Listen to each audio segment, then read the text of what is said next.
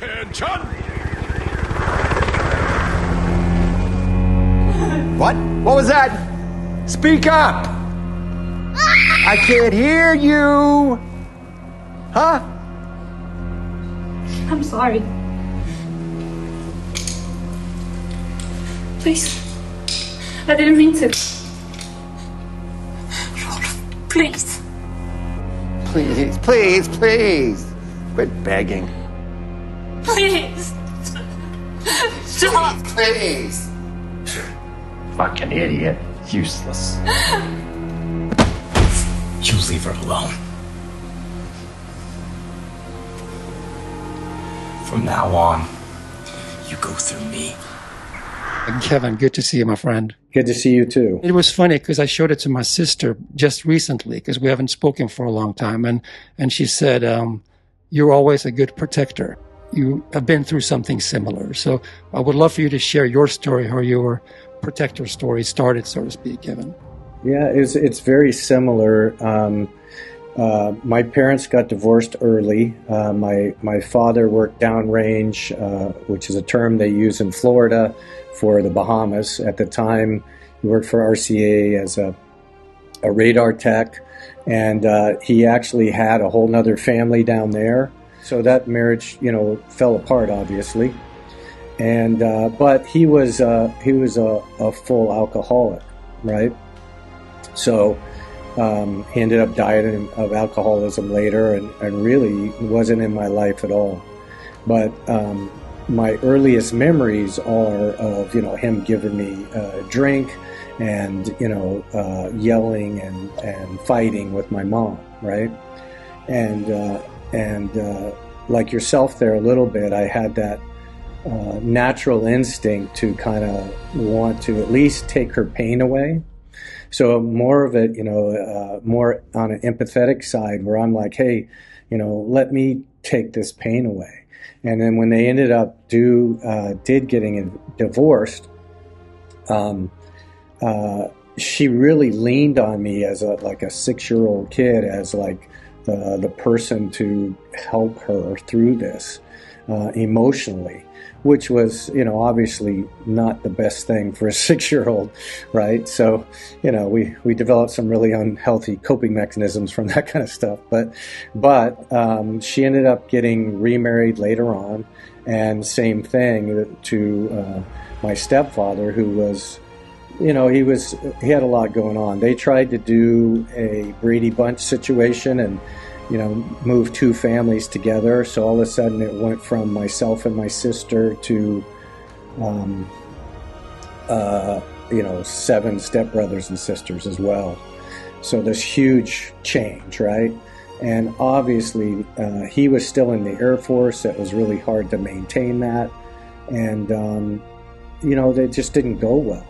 So there was a lot of physical abuse from my older stepbrothers, and then also the verbal abuse and stuff from my stepfather. To yourself, or to my mom, towards my mom, and not so much to me, but my older stepbrothers with me, and my little stepbrother. And eventually, when we moved from Florida to Washington State, there was much more physical abuse towards my mom. And the biggest one that sticks in my mind is, seeing her getting thrown down a flight of stairs, and I'm there picking her up, and he's standing up there yelling, and I'm yelling at him, right? So similar to your situation. I had, he was much bigger and much larger. He was a John Wayne type character, so it was that kind of a thing. And that's really where all of that protector stuff kind of started for me. Wow. I'm sorry to hear that, Kevin. I mean, you were so much younger than I was too. And it seemed like you've endured it much longer too. Yeah, it was complicated with the older stepbrothers and things like that. So, it was a little different, but that same thing of the younger coming together and trying to, help each other through this kind of a thing. And, the whole family would get quiet when the fighting started, and everybody would just want to be gone. Yeah, I can recognize that, and I recognize walking on eggshells, which I'm sure you felt too. That the whole house was just vibrating of eggshells. I felt, and I didn't want to crack one. Yeah, so that's kind of how, when I was in security and things like that later in my life, I knew I had to know when I was a kid whether it was safe to go into the house at night. And, from before I went in, so I was able to read all those signals, like you said, and kind of pick up on the atmospherics of that. And I was able to carry that into security work, right? Because it made me recognize when things are about to go bad. So I always see it before everybody else. That's perceptive. I didn't even think about that. Well, let's step back for a second, though. What happened afterwards? Because obviously, this must have lit a fire in you. I know it lit a fire in me in terms of martial arts. I never received the accolades that I know you have, but it did push me to that end of stuff just to be able to, I guess it just lit a flame. And I know for you, it certainly did. Yeah, it started coming out, though, in other ways. Like at first, I started like trying to run away from stuff, and, that didn't go over so well. And during that same time, they ended up getting divorced and later on remarried. So that was interesting. But I started wrestling. Excuse me. I started wrestling and with my stepbrothers. And then as I got into more junior high, I was wrestling and keeping myself busy. So it was always about me. I didn't want to be home. So right. I wanted to be somewhere else, because it wasn't comfortable there. So I just found other sports, and sports was my outlets. Wrestling. I was in high school. I was on hockey, swim team, basketball, football, you name it, anything to not have to go home. Not that it was that bad at that time, because they had already kind of reconciled and got through a lot of that. But that stuck with me, as a person. And at some point, you decided to try out for the SEAL teams, or how did that's a long journey to go from where you're at, from wrestling to being elite, so to speak.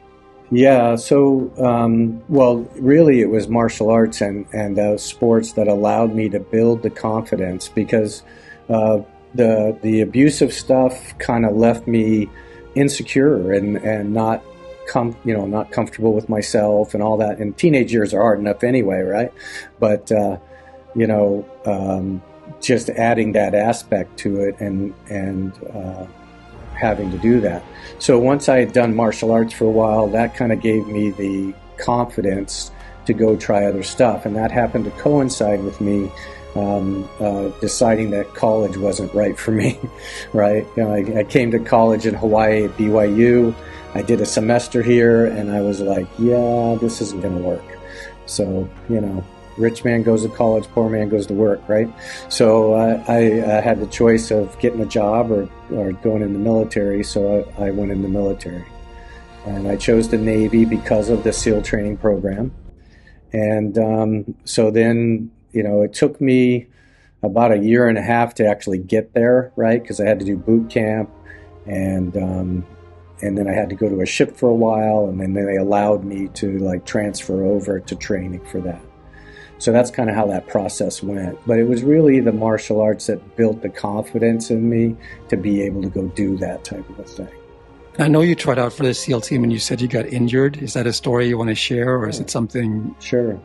Yeah, so, I tell people now that I entered the military with PTSD, right? So I had PTSD from my childhood, and the SEAL training is not something a well-adjusted person is going to go do, right? It's not a nice, fun thing. It is a constant challenge. And if you have the right mindset, then you're good to go for that, right? But because of that abusive childhood stuff, it seemed more like abuse to me than it seemed like a challenge. Although I was trying in my mind, logical mind, treat it as a challenge. Subconsciously, it was really tough for me.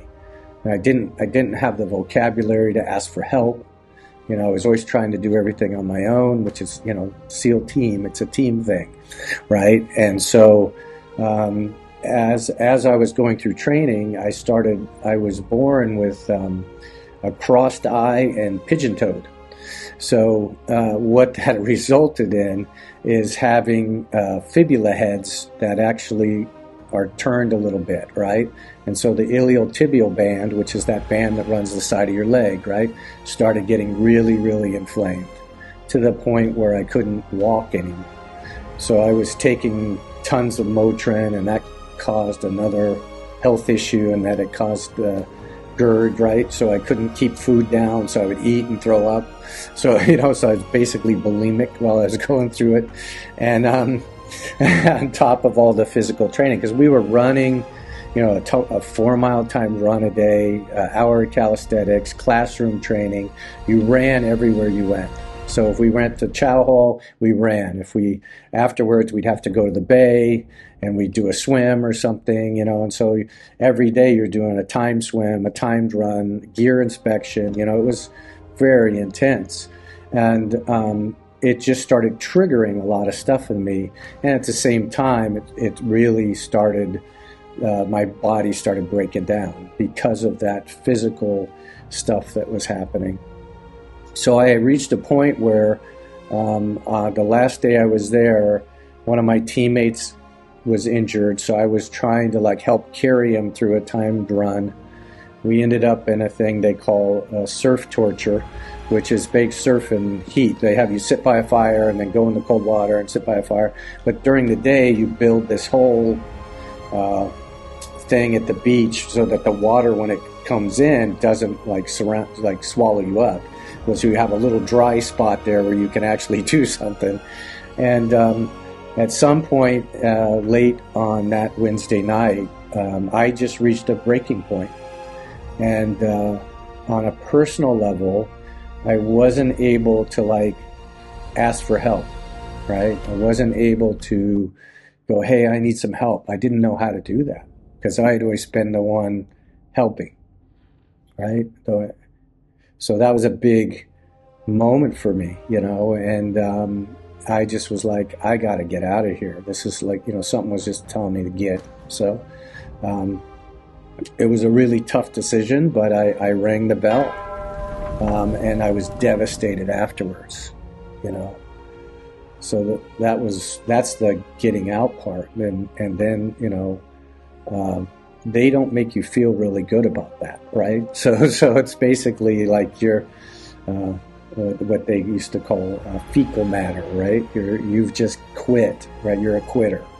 Never been a quitter in my life, right? So all of a sudden now I'm a quitter, and unfortunately I really took that on for a while, and you know, spirit-wise, I was broken, you know. But the Navy, they just immediately sent me to a ship.